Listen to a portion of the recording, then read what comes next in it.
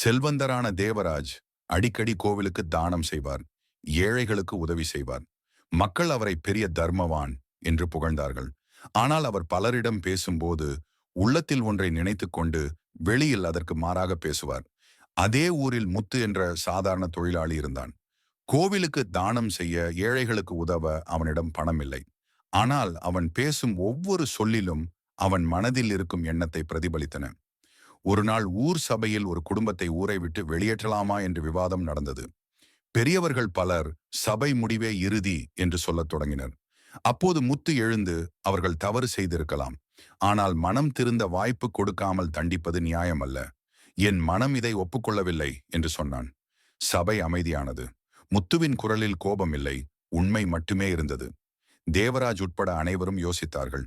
இறுதியில் அந்த குடும்பத்துக்கு இன்னொரு வாய்ப்பு வழங்கப்பட்டது. மனத்தொடு வாய்மை மொழியின் தவத்தொடு தானஞ்செய்வாரின் தலை. உதட்டளவில் அல்லாமல் மனத்தோடு இணைந்து உண்மையை பேசுகிறவர்கள் தவம் தானம் செய்பவர்களையும் விட உயர்ந்தவர்கள்.